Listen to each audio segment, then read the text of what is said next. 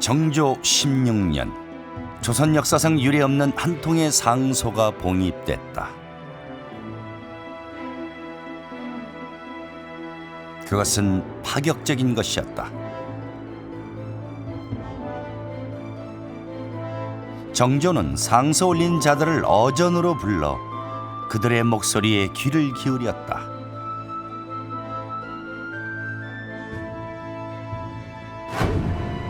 만 명의 뜻을 모아 서명한 길이 100m의 거대한 상소문.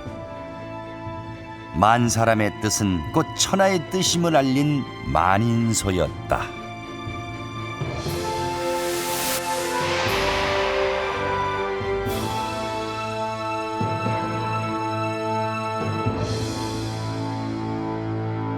여러분께서는 만인소를 알고 계십니까? 이 만인소는 말 그대로 만명이 서명해 올린 상소를 말합니다. 일반적으로 상소는 관직에 있는 벼슬아치 개인이 올리는 것이 보통이죠. 그런데 1792년 정조 16년에 처음으로 등장한 이 만인소엔 만 명이나 되는 사람들의 이름이 빽빽하게 적혀 있습니다. 일종의 연대 서명이라고 할 수 있죠. 이는 가까운 중국이나 일본을 비롯해서 전 세계적으로도 그 유례가 없는 것입니다. 인터넷과 휴대폰 같은 통신이 발달한 지금도 이 만 명을 동원해 서명을 받는 것은 결코 쉬운 일이 아닌데요. 당시 그들은 어떻게 만 명의 서명을 받을 수가 있었던 걸까요? 그리고 그들은 왜 이렇게 엄청난 규모의 상소를 만들어야만 했던 걸까요? 경북 안동에 위치한 한국국학진흥원. 부속기관인 유교문화박물관은 국학자료 기탁의 활성을 위해 설립된 국내 유일의 유교 전문 박물관이다. 개별 문종이나 서원 등에서 소장하고 있던 국학자료들을 기탁받아 문화재적으로 가치가 높은 자료들을 엄선해 전시하고 있다. 그 가운데 지난 2004년 도산서원에서 기탁받은 만인소가 있다. 그 무게만 30kg 남짓.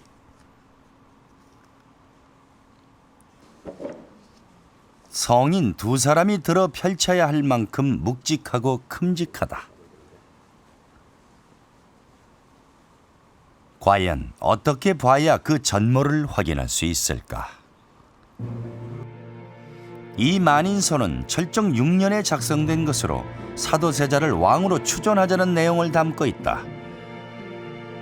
조선시대에는 총 7차례 만인소가 쓰여졌는데 그 가운데 현존하는 것은 2개뿐. 그중 하나가 바로 이 사도세자 추존 만인소다.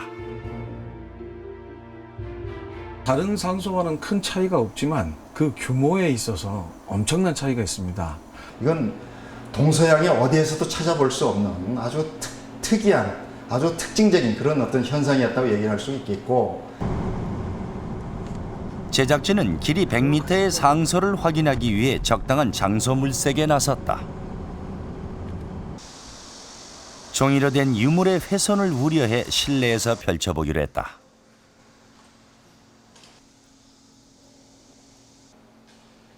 그러나 체육관에서 가장 긴 곳의 길이는 40m, 안동 시내에서 길이 100m가 되는 실내를 구하기는 어려웠다. 만인소의 보호를 위해 시상식에 쓰이는 레드카펫을 사용하기로 했다. 이제 만인소의 전모를 확인할 준비가 완료됐다. 마침내 제 모습을 숨기고 있던 만인소가 카메라 앞에 서서히 그 모습을 드러내기 시작했다. 이렇게 만인소 전체를 펼쳐 공개하는 것은 최초의 일이다. 과연 만인소의 실제 길이는 얼마나 될까? 또 그 속엔 어떤 내용들이 담겨 있을까?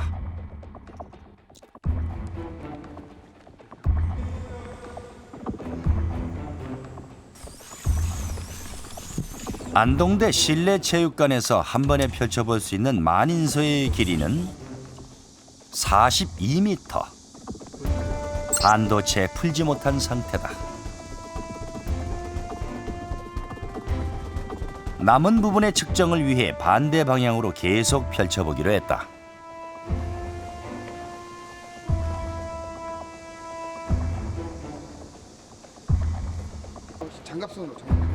만인소 시작점까지 2번을 왕복하고도 남는 상소.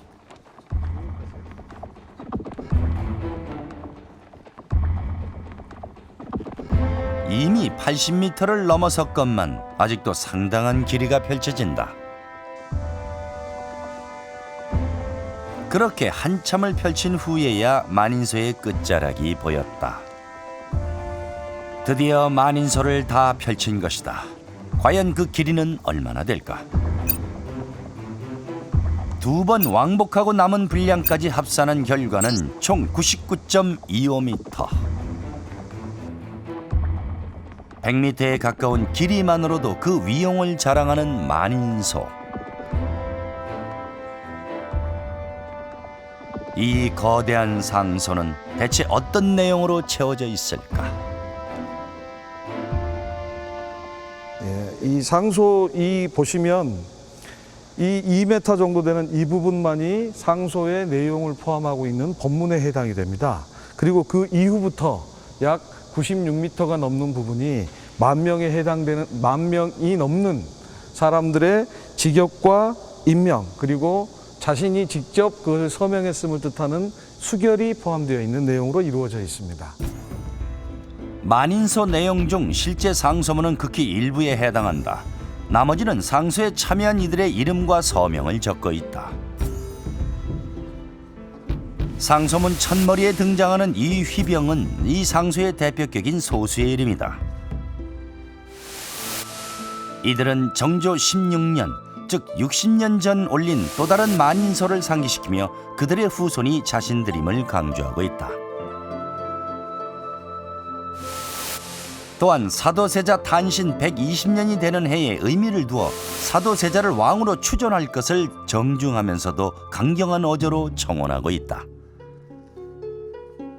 그렇다면 상소 본문을 제외한 나머지 97m의 부분은 어떻게 이루어져 있을까? 10,000명이나 되는 이들의 신분과 이름, 그리고 자필 서명이 본문보다 작고 가는 글씨로 빽빽하게 적혀 있다. 여기에 자필 서명에 해당하는 수결이 포함된 이유는 10,000명의 인원이 자발적으로 이 상소에 참여했음을 의미하는 것이다. 100m에 이르는 거대한 상소를 어떻게 만들었을까 하는 의문은 종이와 종이 사이를 이어붙인 이음새를 통해 풀 수 있다. 한지 한 장마다 약 80명이 서명해 총 130장을 이어붙여 만인소를 완성시켰다. 그리고 그 상소의 총책임을 맡은 이 휘병은 맨 마지막에 서명을 남겼다.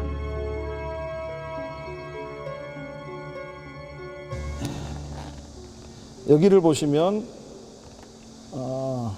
김휘경, 휘찬, 그 다음에 중임, 진락, 휘태, 중규, 중렴 해서 학렬자들이 비슷한 사람들이 이어지고, 또 보통 오행을 따졌을 때 뭐 아버지 학렬이나 또는 아들 학렬 이렇게 이어져 있는 걸 볼 수 있습니다. 이런 경우는 아마 이 상소에 같은 친척 관계인, 가까운 인척 관계에 있는 사람들이 이 상소에 함께 참여해서 서명했음을 알 수 있는 그런 형태였음을 보여주고 있습니다. 10,000명이라고 하는 건 어떤 의미가 있느냐? 숫자 그대로 10,000명 이상이 서명을 하고 자기가 이 상소에 어떤 직접적으로 참여했다는 의미가 있지만, 또 한편으로는 만이라고 하는 것은 세상 전체를 의미하기도 하고, 따라서 이 세상에 살고 있는 모든 사람들의 뜻이 또는 동의하는 그런 내용이라는 의미에서 10,000명이 서명을 해서 올린 상소입니다. 이 10,000명은 어떤 사람들이고 그 숫자는 정확히 얼마나 될까?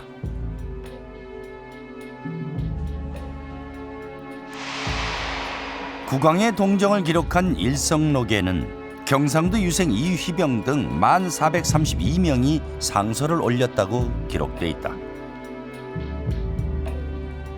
제작진은 이휘병 만인소의 서명 부분을 바탕으로 10,000명이 넘는 이름을 일일이 입력해 그들의 신분을 분석해 보기로 했다.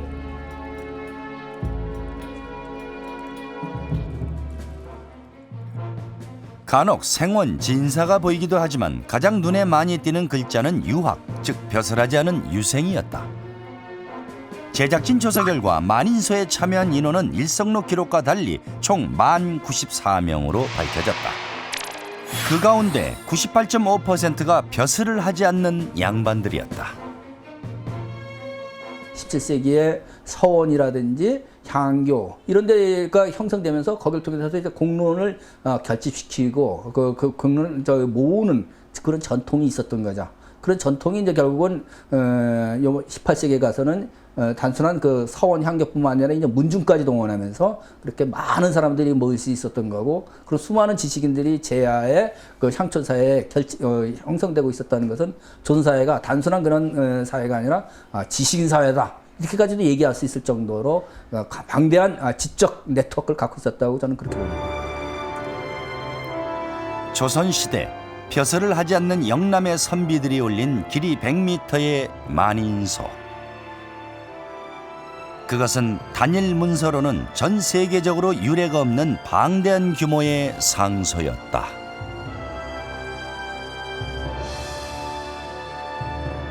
다른 여상소와는 규모나 형식 면에서 확연히 달랐던 만인소. 그 파급 효과는 실로 대단했습니다. 18세기 후반 처음 등장한 이 만인소는 총 7차례 쓰여졌는데요. 그 가운데 현존하는 만인소는 앞서 보신 이휘병을 소수로 했던 사도세자 추존 만인소와 또 고종 21년 맨 마지막에 쓰여졌던 복제개혁 반대 만인소, 이렇게 두 가지입니다.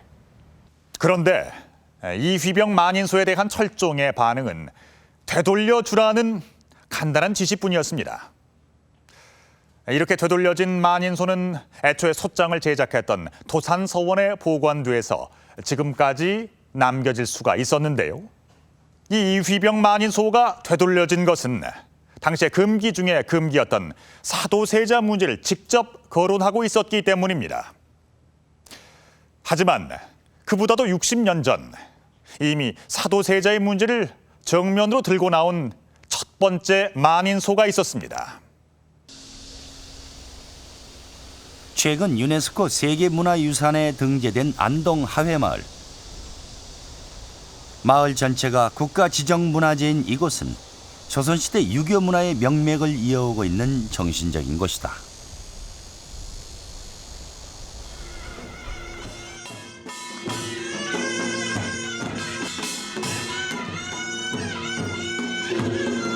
사대부를 비꼬기도 하고 신분사회의 억눌림을 풀어왔던 하회마을의 가면극.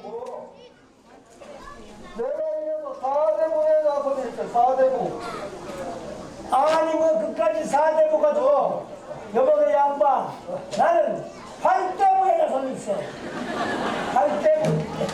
유교 문화가 가장 번성했던 시기, 오히려 하회마을에서는 민중 문화인 하회 별신굿 탈놀이가 꽃을 피웠다.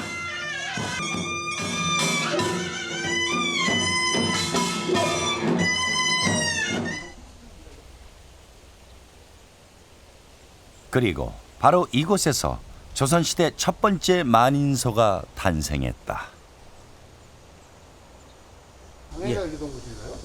예, 여기가 병산서원의 대표적인 건물이고 바로 입교당입니다. 그래서 여기서 모든 회합 또 논의를 하게 되는 곳이 이 입교당입니다. 서해 류성룡을 모시고 있는 병산서원. 첫 번째 만인소가 논의된 역사적 공간이다. 1792년도에는 어느 서원으로부터 국가의 중대사를 논의하자 하는 통문을 받은 뒤에 당회를 개최해서 그 30여 개 문중이 이 자리에 모였습니다. 그래서 아마 이 지역에는 안동권씨라든지 안동김씨, 풍산김씨 이렇게 등등 한 30여 개 사림들이 운영을 하는 곳이어서 그분들을 소집을 해서 그 통문을 내놓고 논의를 해서 그 논의의 결정에 따라서 그분들 돌아가서 각 그 집안에 통첩을 하고 거기에서 뜻을 같이 협심했던 그런 장소로 알고 있습니다. 안동 지역 30개 문중이 모여 회합을 마친 후 각 문중과 서원으로 보낸 통문의 안건은 함께 만인소를 올릴 인원을 모집하자는 것이었다. 이들의 의지는 통문을 통해 영남 전역으로 퍼져나갔다. 그 당시 이른바 양반 사족 또는 사림이라고 하는 존재들은 어떤 그 정치적인 사건에 대해서 하시라도 자신들의 의견을 표출할 자세를 갖추고 있었고, 그리고 그것을 어떤 의무로 여기고 있었고, 때문에 만인소와 같은 그런 정치적 사안이 발생을 하면 충분히 자기의 의견을 개진하고 그 속에서 합의를 도출을 하고, 그리고 그거를 만인소 형태로 표출을 합니다. 벼슬 없는 지방 선비들이 국가의 중대사에 참여할 수 있는 유일한 방법은 상소였다. 특히 만인소는 개인 상소와 달리 대단히 복잡한 과정과 단계를 거쳐 만들어진다.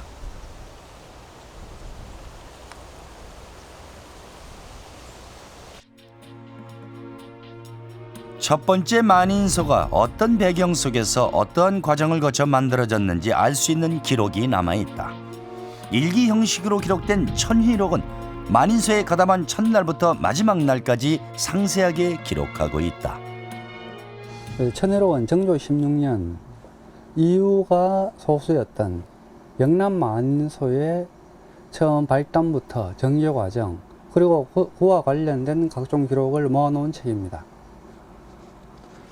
특히 이 천혜록 안에 있는 임자소청일록을 쓴 사람은 당시 소행에 참가했던 유태조로 보여집니다. 16일 오후에 병산서원의 노비로부터 백부의 편지를 받고 당시 유성한의 사건과 상소를 위한 모험이 있었다는 것을 처음 알게 됩니다.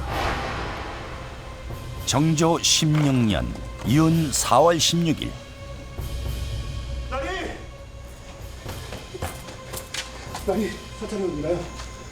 청년 선비 류태조에게 병산서원으로부터 한 통의 편지가 전달된다. 그 편지엔 첫 번째 만인소의 원인이 되는 이야기가 적혀 있었다. 유성환이 흉측한 상소를 올렸다.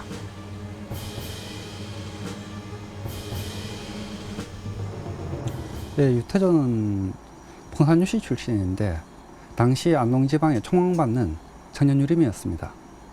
그 때문에 유태조는 삼계서원에서 만인소 소회가 처음 열렸을 때 상소문을 필사하는 사소의 직임을 처음 맡게 되고, 그 이후 본격적으로 상소가 조직될 때 이 상소의 전 과정을 기록하는 일기유사를 맡게 됩니다.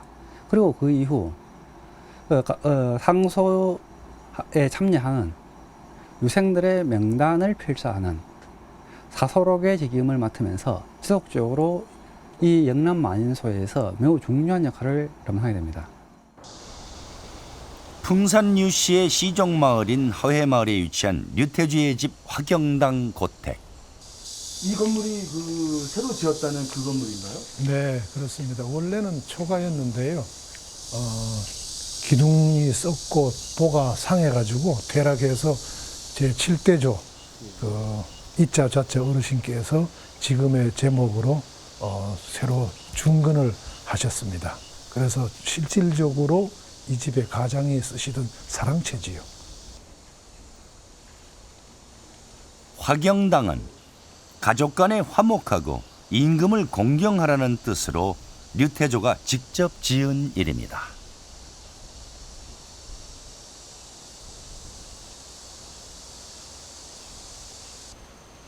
이곳엔 류태조의 유품이 다소 남아있다.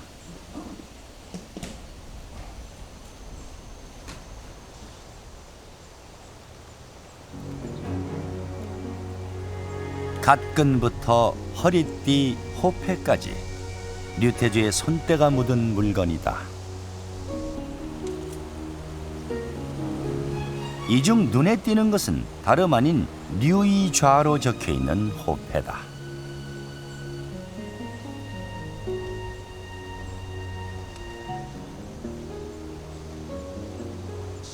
원래는 초휘가 별태 복조 저자였습니다. 정조 18년 갑인년에 정시문과에 급제를 하시고 난 뒤에 정조께서 친히 합격자 명단과 답안지를 보시고서 제7대조를 부르신 다음에 귀공은 나를 도우라, 또한 본인 스스로 도우라는 의미로 지금의 나이 도울자로 계명을 하설하셨습니다. 훗날 정조에 의해 류이좌로 이름이 바뀌게 되는 류태조. 정조와의 인연은 그로부터 2년 전 만인소를 통해 이미 시작되고 있었다. 병산서원으로부터 편지를 받은 이튿날, 류태조는 곧바로 상경을 준비하고 있었다.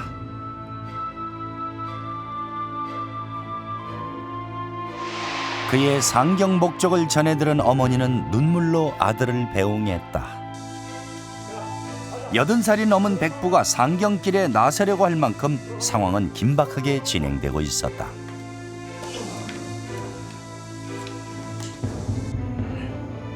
류태조를 비롯한 영남 선비들을 이토록 분노케 만든 유성안의 상소는 대체 어떤 내용이었을까? 유성안 사건이라고 하는 자체가 정조가 매우 나쁜 그런 군주라고 공격하는 내용으로 비춰졌었고, 또 이러한 문제는 사도세자에 대한 평가 문제, 이런 문제와 관련이 있었습니다. 그 때문에 이 문제는 신하로서는 도저히 취할 수 없는 그런 반역의 행동을 했다고 보았던 것이 이들의 입장이었고, 유성안의 상소문은 정조실록에 그 전문이 소개되어 있다. 유성안은 정조가 경연의 수업을 등한시하고 여학을 궁궐로 불러들였다며 정조를 정면으로 비난했다. 그러나 이것은 사실이 아니었다. 유성안은 임금을 모함하고 있었던 것이다. 어떻게 이런 상소가 가능했던 것일까? 당시 집권 세력이었던 노론은 인사, 예산, 군사권 등 모든 관직을 독점해 임금의 권력을 능가하고 있었다.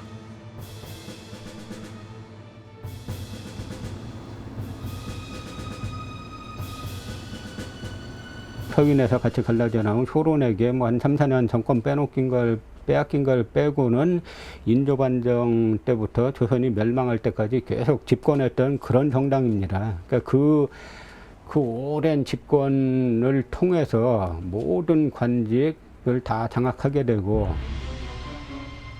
임금까지 능멸할 정도로 강력한 권력을 휘두르던 노론.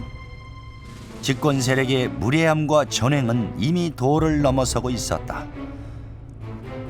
이들은 사도세자의 죽음에 찬동했던 집단이기도 했다.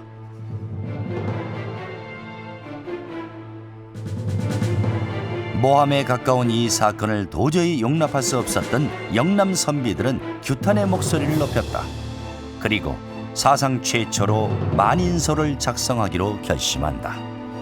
첫 번째 만인소의 핵심은 두 가지였다. 임금을 능멸한 유성안을 처벌하는 것과 사도세자의 복권 및 그의 죽음에 관련된 자들의 처벌이었다. 일단 영조대의 가장 큰 문제는 일단 사도세자의 죽음과 관련된 문제입니다. 이 사도세자의 죽음을 둘러싸고 이 죽음에 찬동했던 그때 노론 백파들이 영조 말년과 정조 초반에 아주 강관 집권 세력이 됩니다. 이 입장에서 봤을 때는 사도세자 문제는 절대 건드리지 말아야 될 금기 중의 금기였습니다. 금기 중의 금기였던 사도세자 문제를 거론하는 것은 집권 노론 세력을 직접 겨냥하는 것이었다. 영남 선비들이 목숨을 담보로 하는 승부수를 띄운 것이다. 상소를 올린다는 건 여러 가지 불이익을 다 감수를 해야지 되는 거지. 뭐 상소가 늘 그렇게 받아들이는 건 아니거든요. 유배도 가고 어떻게 보면 자기 어떤 일신에 어떤 엄청난 피해가 올 수 있는데도 불구하고 지식인들이 어떤 생각을 갖고 그런 상소를 올릴 수 있었을 것인가. 현실적인 권력이라는 것은 어디까지 상대적인 거고 자기가 갖고 있던 더 높은 더 높은 그 진리, 이것이 더 높은 권리이고 자기 거기에 복종을 하는 것이 지식인이 배워야 할 의무다. 이렇게 생각을 했던 거죠. 도성 천리박, 영남 선비들은 분연히 일어섰다. 한시가 급한 일에 시간을 지체할 수 없었다. 그리고 어쩌면 다시 돌아올 수 없을지 모를 길을 떠났다. 안동의 청년 선비 유이주아가 쓴 천휘록은 이처럼 만인소 작성에 가담을 하게 된 첫날부터 마지막 날까지 하루 단위로 기술을 하고 있습니다. 이 만인소의 추진 경과나 당시의 시대 상황을 세세하게 기록하고 있어서 현존하지 않는 첫 번째 만인소의 전말을 이해하는 데 대단히 중요한 역사적 자료가 되고 있습니다. 자, 그런데 우리가 여기서 놓치지 말아야 할 것은 유이주아를 비롯한 영남의 선비들은 양반이라는 특권층이긴 하더라도 국가의 대소사에 대한 발언권은 평민이나 다름이 없었다는 것입니다. 그런 그들이 임금을 농락하는 상소를 접하자 엄청난 인원을 모으기 시작합니다. 그것은 영남 선비들의 목숨을 내건 승부수였습니다.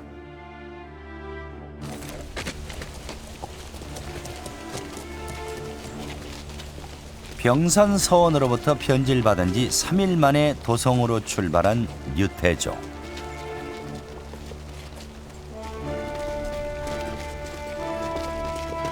다른 서원이나 문중의 선비들도 속속 상경길에 합류했다.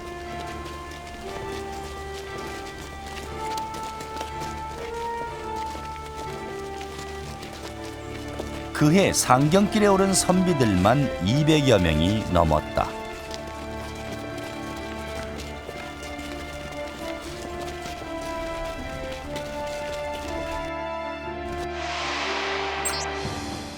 천휘록의 기록을 따라가 보면 4월 19일 안동을 출발한 류태조는 다음 날 풍기를 거쳐 단양에 이른다. 그리고 나흘 만에 한양에 도착하는 것으로 보아 당시 얼마나 급박하게 움직였는지 알 수 있다. 이틀 거리를 하루처럼 달려온 영남 선비들은 성균관 근처 반천으로 모여들었다. 지금의 해화 로타리 일대에 해당하는 반천은 조선시대 성균관을 중심으로 형성된 마을로 성균관 유생들의 하숙촌 역할을 하기도 했다. 뿐만 아니라 과거 시험을 치러 지방에서 올라온 선비들 역시 대부분 반촌에서 머물렀다. 영남 지방에서 왔던 그 유림들이기 때문에 대개 낙동강을 따라서 다음에는 한강을 따라서 내려오게 됩니다. 그래서 지금의 도성의 동대문이나 광해문을 통해서 성 안으로 들어오게 되죠. 그래서 지금 현재 대학로 인근 또는 가까이 있는 원남동 일대를 길을 따라서 지금 현재 해화동 로타리 일대에 이르게 됩니다. 이들이 해화 로타리까지 찾아온 것은 바로 성균관의 상징성 때문이었다.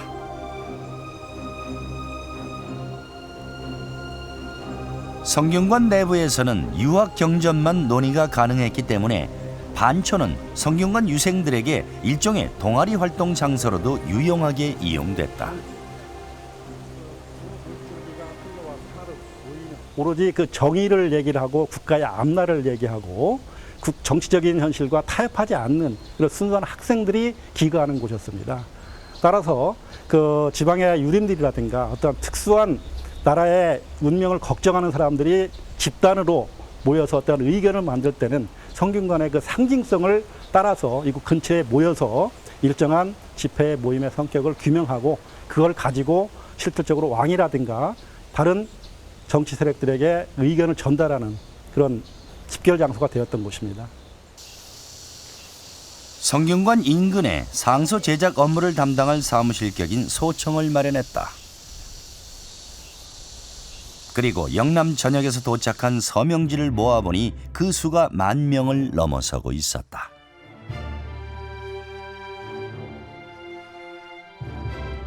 상소를 위해 많은 선비들이 한양에 머물면서 준비하는 동안 막대한 비용이 들어간다. 소총의 공공경비로 들어가는 돈과 상소에 참여하는 선비들의 노자 등이 그것이다. 그러나 만인소에 참여한 이들은 대부분 벼슬없는 선비 신분. 그들은 그 비용을 어떻게 마련했을까?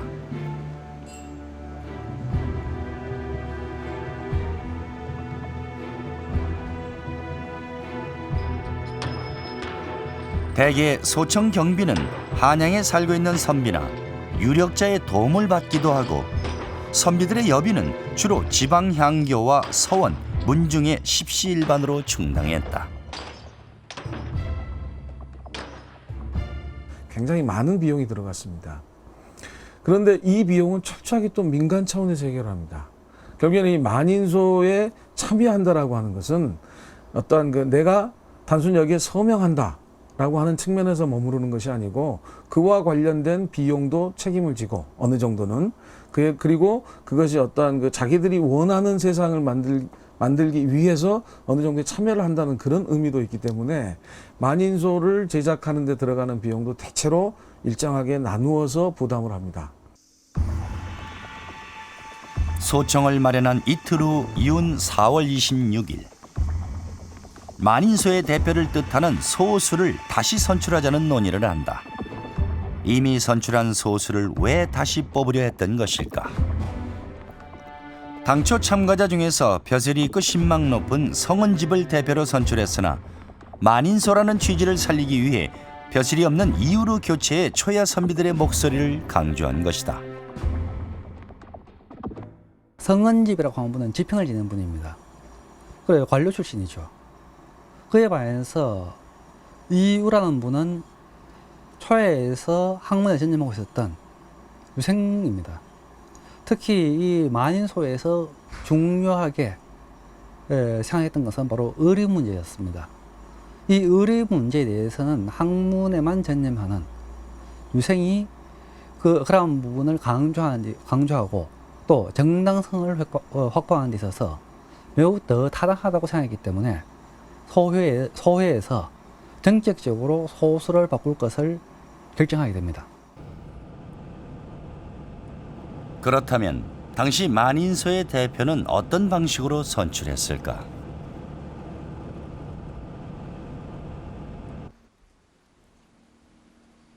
고종 12년에 제작된 만인소의 대표였던 류도수의 후손이 소장하고 있는 자료를 통해 그 방법을 확인할 수 있다.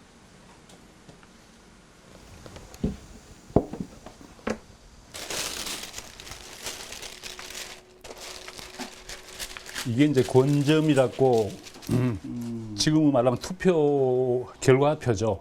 결과표인데 그러니까 75년도 1875년도 3월에 대원군 이제 봉안 상소를 올리기 위해서는 소수를 추대해야 되거든요. 그 소수를 추대하기 위해서 이제 유생 대표들이 투표를 한 겁니다.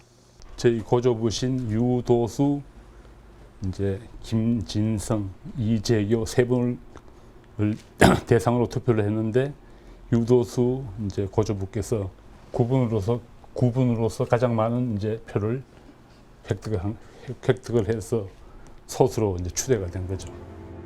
만인소의 대표 임명장을 뜻하는 소수만기, 그 자리는 명예보다 위험 부담이 따르는 자리였다. 이 만인소가 끝나고 난 이후에 저희 고조부께서는 한경도 길주로 귀향을 가게 됩니다. 그래서 길주에서 6년 동안 유배 생활을 하시고, 또 경상도 평해로 입예돼 가지고 4년 동안, 도합 10년 동안 유배 생활을 하시게 되는 거죠.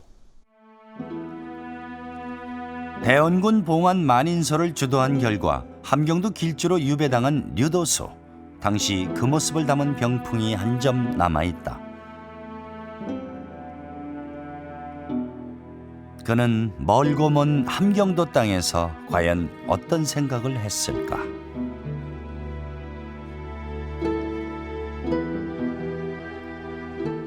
정조 16년 생사를 기약할 수 없는 위험천만한 일에 영남 선비 만여 명은 기꺼이 동참하고 있었다.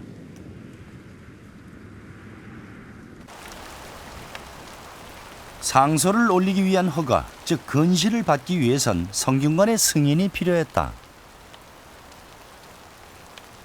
원래 이거 일단 지방의 유생들의 상소는 성균관에서 원래 통제하도록 되어 있습니다. 성균관에서 모든 지방의 유생들을 관장하고 통제하고 하고 있었기 때문에, 그래서 이 모든 유소들은 기본적으로 성균관을 거쳐야만 했습니다. 그러니까 성균관에서는 그 상소 내용을 읽어보고 타당성 여부에 따라서 건실이라고 하는 그 허가증을 줍니다. 그러나 당시 성균관은 이미 노론의 수중에 있었다. 장이 이동수는 자기 임무가 아니라고 핑계를 대고 허락하지 않았다. 장의 맹현대도 역시 핑계를 대고 회답을 주지 않았다. 그들의 마음은 오로지 상소하는 일을 막는 데 있었다. 일만 선비들의 뜻이 담긴 만인소는 임금에게 전달되기도 전에 집권 세력의 덫에 빠져버린 것이다. 만인소를 가로막고 있었던 거대한 벽은 바로 근실이라는 제도입니다. 이 근실은 본래 무분별한 상소를 차단하기 위한 허가 장치인데요. 이 시기에 이르러서는 반대 정파의 의견을 차단하는 수단으로 전락해 있었습니다. 당시 성균관은 노론이 장악하고 있었기 때문에 영남 선비들의 상소에는 유독 핑계를 대면서 회답을 주지 않았던 것입니다. 발을 싸매고 조령을 넘어서 이틀 하루거리로 다급하게 올라왔던 영남의 선비들. 하지만 그 숱한 고생과 노력이 물거품이 될 위기에 처합니다. 넘어설 수 없는 거대한 벽 앞에 서게 된 영남 선비들. 자, 그들은 과연 어떤 선택을 하게 됐을까요? 1792년 윤 4월 27일, 그 긴박했던 하루를 따라가 봅니다.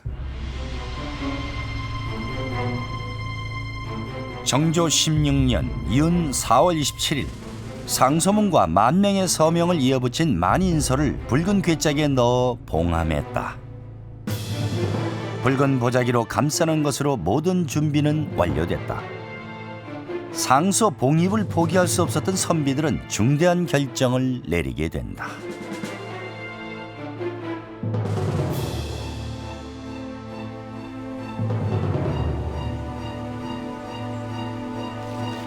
그것은 대궐로 찾아가 직접 임금을 만나는 것이었다. 26명의 선비들이 상소 봉입을 시도한 것이다. 그러나 이들 앞엔 또 다른 장벽이 기다리고 있었다. 수문장이 만인소 접수를 거부한 것이다. 상소를 받들고 들어가 임금에게 바치게 하시오.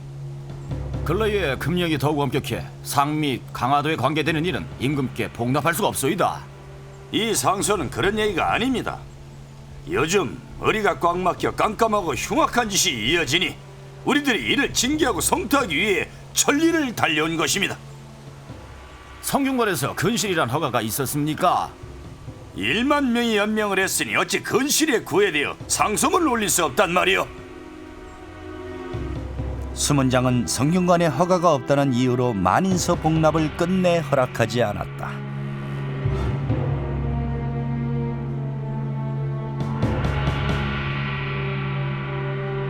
영남 선비들은 전현직 관리들을 통해 승정원 접촉을 시도했다. 그러나 승정원 역시 이들의 상소를 묵살했다. 사소세자 문제는 절대 건드리지 말아야 될 금기 중에 금기였습니다. 그런데 정조 16년에 만인소는 바로 이 금기를 정면에서 거론하고 있는 것이죠. 따라서 이 문제가 가져올 그 정치적 파란은 아무도 예측할 수 없는 상황입니다. 그렇기 때문에 어떤 형태를 통해서든지 어떤 구조와 일단 조직을 통해서든지 간에 방해를 해야 되고 그리고 막아야 되고 그리고 어쨌든 간에 없애야 되는 그런 상황이었을 겁니다. 집권 세력의 장벽은 두터웠다. 초야 선비들은 구중궁궐의 높은 벽을 넘어서기 어려워 보였다. 영남 선비들이 최후로 시도한 것은 교리 김한동을 통해 정조에게 만인소의 존재를 알리는 것이었다. 법망을 피해가는 절묘한 선택이었다. 일반 유학이나 이 세권 진사가 아닌 일반 이 벼슬을 가지고 있는 사람은 국왕에게 직접 상소할 수가 있습니다. 그래서 영남 출신의 관료가 상소를 올려서 만인소가 올라왔다는 사실을 정조가 알게 됩니다. 그러면서 정조가 그 만인소를 나에게 보고하라고 내세운 명분이 만인의 뜻이면 나라의 뜻이고, 그래서 굳이 성균관의 근실이라고 하는 그 절차를 밟지 않아도 좋다. 직접 보고하라. 라고 하는 어떤 그런 명분을 얻게 되는 것입니다. 마침내 도나문의 빗장이 열렸다. 소도는 들어와 소장을 읽으시오. 새벽부터 시작된 봉입 작전은 저녁이 다 돼서야 마침내 성공할 수 있었다. 임금이 상소를 올린 선비들을 직접 만나는 것은 파격적인 일이었다.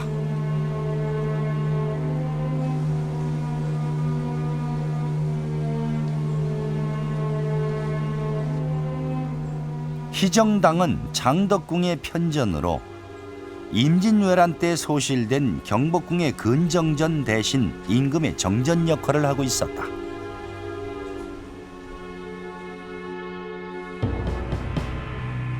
정조는 벼슬도 없는 일개 선비들을 희정당에서 친히 접견했다. 그대들은 산을 넘고 물을 건너 천리를 와서 충정을 쏟아내니 나의 뜻을 면전에서 알리고자 그대들을 불렀으니 소드는 상소문을 읽도록 하라. 길이 100m에 달하는 만인소가 정조 앞에 펼쳐졌다. 감히 입을 열지 못하고 가슴을 치며 다만 죽고 싶을 뿐이었습니다.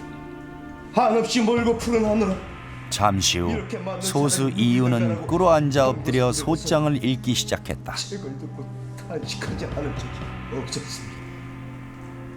이유가 상소를 읽는 동안 정조는 감정을 억제하지 못하고 목이 메어 말을 잇지 못했다. 마음을 이루려고 전하 앞에 상소를 올렸다는 말을 들었습니다. 흉악한 역적의 처벌과 사도세자 복권은 임금조차 꺼낼 수 없었던 내용들이었다. 소장을 반도 읽지 못하여 해가 저물었다. 촛불 8자루를 밝혔다. 정조는 끝내 눈물을 감추지 못했다. 잠시 후 마음을 애써 억누른 정조는 말을 이었다. 천리길을 발을 싸매고 올라와 만여 명이 연명한 막중한 상소에 대한 군주로서의 의리였다.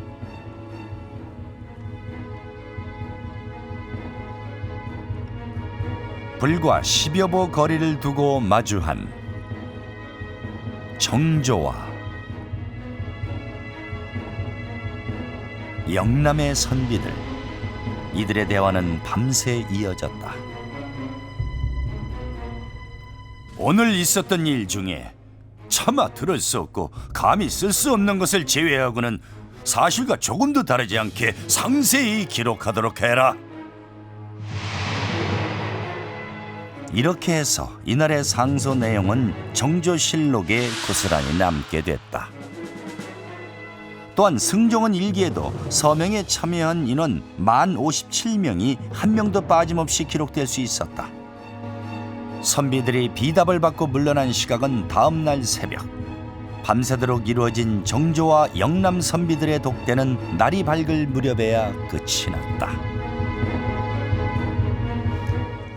첫 번째 만인소는 온갖 우여곡절 끝에 마침내 정조의 손에 전달됩니다. 그리고는 조선 역사상 최초로 만인소를 받아든 정조 역시 눈물을 보이며 1만 선비의 뜻은 바로 나라 사람들의 공론이라는 답을 내려줍니다. 이것은 당시 정조가 얼마나 이 만인소를 높게 평가했는지 보여주는 대목입니다. 이후 온갖 핑계로 영남 선비들의 만인소를 막았던 성균관의 장이 이동수와 맹현대는 탄핵을 당했고 수문장은 파직됐으며 승정원 승진은 교체됐습니다. 정조 16년 영남 선비들이 던진 만인소는 더 이상 성균관 근실 없이 바로 왕에게 전달될 수 있는 선례가 됐는데요. 그 뒤로 만인소는 6번 더 시도됩니다.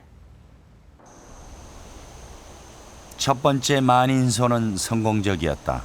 이후 지방 선비들의 목소리를 중앙에 전달하는 하나의 시스템으로 자리 잡았다.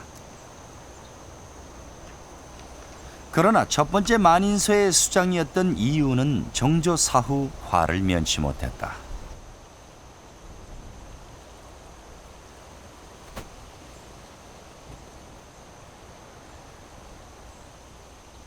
순조 원년, 이유는 고금도 귀양길에 올라야 했고 간신히 멸문지화는 면했지만 그 후손들은 벼슬길이 막혀 많은 어려움을 겪어야 했다. 우리 면함 선조께서는 사실상 정조 임금 당시에 만인소프로 올라가셨다가 순조년에 고금도로 고향을 가셨더랬습니다. 가셔서 그 이후에 혹시 그 하를 또 다시 받을까 싶어서 사실 이 묘지도 상당히 그 심광을 했습니다. 그 심광을 했는 이유는 옛날에 사실 이 부관참시라는 그런 제도도 있었고 이랬기 때문에 그것을 면하기 위해서 새끼줄에 촛불을 3단으로 달아서 깊이 이 강중 심광을 했다는 그 얘기가 있습니다. 당시 집권 세력의 서슬퍼런 권력은 이후 사후까지 영향을 미쳤다. 부관 참시를 피해 깊은 산속에 깊게 하관을 해야 했고 주변을 소나무로 빼곡히 둘러 묘지의 위치를 숨겨야 했다. 또한 누구의 묘인지 밝힐 수 없어 묘비도 없이 최근까지 버텨왔다.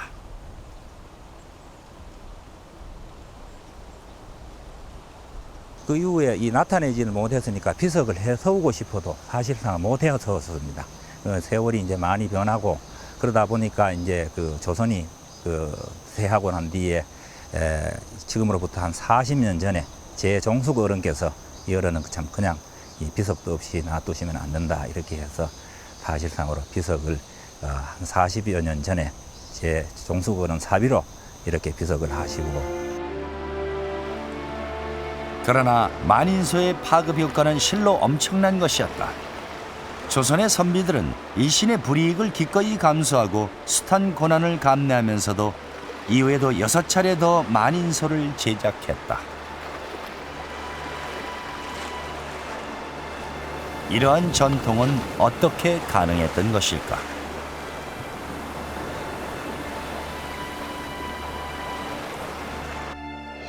유교를 국가의 근간으로 하는 조선시대에는 중종 반정과 4차례 사활 겪으면서 선비들의 정치 참여가 폭넓게 확대된다. 정치 주도권을 잡고 군과 신이 더불어 통치한다는 의식을 공유하게 된 것이다. 조선 왕조 역사상 광해군 때 이후 선비들의 상소가 급증하는데 그만큼 정치적 갈등이 첨예했던 시기였다. 초기엔 성균관을 중심으로 하는 관악 유생들의 참여가 주를 이뤘으나 점차 향촌 유생들의 상소 비중이 늘어나기 시작했다. 후기에 들어서는 향촌 유생들의 상소가 오히려 다수를 차지하고 있었다. 그러나 처음부터 만인소였던 것은 아니다.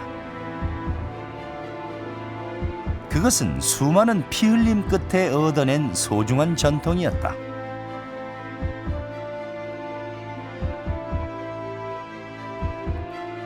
선비들이 집단적으로 상소를 제기한 것은 명종때로 거슬러 올라간다. 영남 선비 300여 명은 총 22차례에 걸쳐 윤원영과 보우의 처단을 촉구하는 백인소를 올렸다. 유생들의 집단적인 상소가 아주 폭발적으로 이렇게 발생을 하게 되는데 그거에 의해서 우선 결정적으로 당시에 권력을 쥐고 있었던 윤원영이 실각을 하고 또 문정왕후의 비호를 받던 승려 보우가 처단이 됩니다. 그래서 그런 정치적인 현상이 일거에 유생들의 상소에 의해서 변화되었다라고 하는 점에서 그 유생 상소가 정치에 영향을 미쳤던 아주 결정적인 이런 사건이라고 얘기할 수가 있겠고,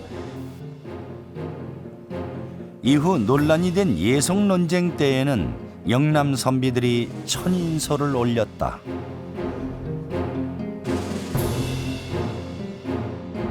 당시 송시열은 서명자가 1000명이 넘는 것을 보고 충격을 받았다고 전해진다. 그래서 한 100년이 지나고 난 다음에 다시 이제 만인 정도로 증가하게 되는데요. 그러니까 과거의 역사적인 경험이었었다면 10,000명을 동원하기가 어려웠을 겁니다. 숫자의 정치학이 분명히 있었다고 생각이 됩니다. 다중으로 가는, 다중의 힘을 믿고 다중을 신뢰하는 그런 그 의식이 형성됐던 것으로 보이고, 그런 것들이 이제 점점 깨면 우리가 시민사회를 열 수 있는 이 바탕이 된다고 생각이 들어서 그런 전통을 마련한 계기로서 볼 때 만인소의 전통은 상당히 중요한 우리 사회의 집단 지성이 그 사회 문제에 대해서 어떻게 대응했냐 하는 것을 보여주는 중요한 사건이라고 생각이 듭니다. 자신들의 정치적 소신을 밝히기 위해 선비들은 집단 상소라는 숫자의 정치학을 이용했고, 그것이 가장 극단적인 형태로 발전된 것이 만인소였던 것이다. 조선 역사상 마지막이 된 7번째 만인소는 경주 옥산서원을 중심으로 전개됐다. 이 휘병을 소수로 한 사도세자 추존 만인소와 함께 완전한 형태로 현존하는 또 다른 만인소다. 1884년에 씌어진 복제개혁 반대 만인소. 고종 21년 내려진 복제개혁 조치의 취소를 요청하는 내용을 담고 있다. 총 8,849명이 서명했다. 개화와 쇄국을 놓고 첨예한 갈등이 빚어지던 시기, 외세의 일방적 침투를 우려하던 선비들의 고민이 담겨져 있다. 당시 영남 선비들은 복제개혁을 반대하고 나섰다.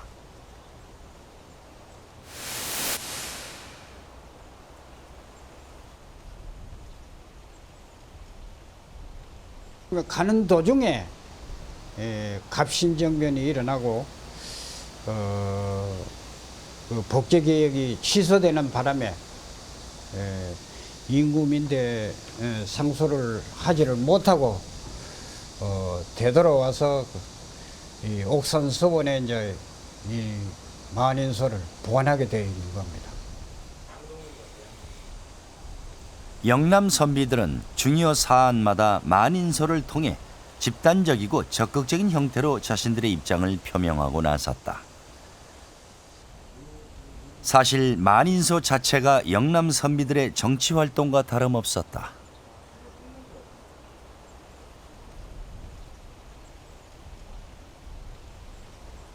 그리고 만인소는 점차 영남이라는 지역적 색채를 벗어던지며 국가 전체 지식인을 아우르는 모습으로 발전해 나갔다. 이제 아래로부터의 어떤 변화 요구에 의해서 시대착오적인 중앙정부 운영이 이제 불리해지는 그 징후가 여러 곳에서 드러나는데, 10,000명이나 되는 지식인들이 특정 사안에 대해서 집단적으로 요구한 이 사건은 바로 그러한 그 시대의 흐름과는 그 거꾸로 가는 중앙정치 지형의 변화를 요구하는 상징적인 사건이었다고 볼 수 있습니다. 지켜야 할 도리가 있으면 뒤에 숨지 말고 목숨을 걸고 실천에 옮겨야 한다고 믿었던 선비정신. 만 사람의 뜻을 공론이라고 하고 그 뜻을 국가 정책에 반영했던 조선의 전통은 지방의 선비들이 피와 땀으로 만들어낸 것이었다.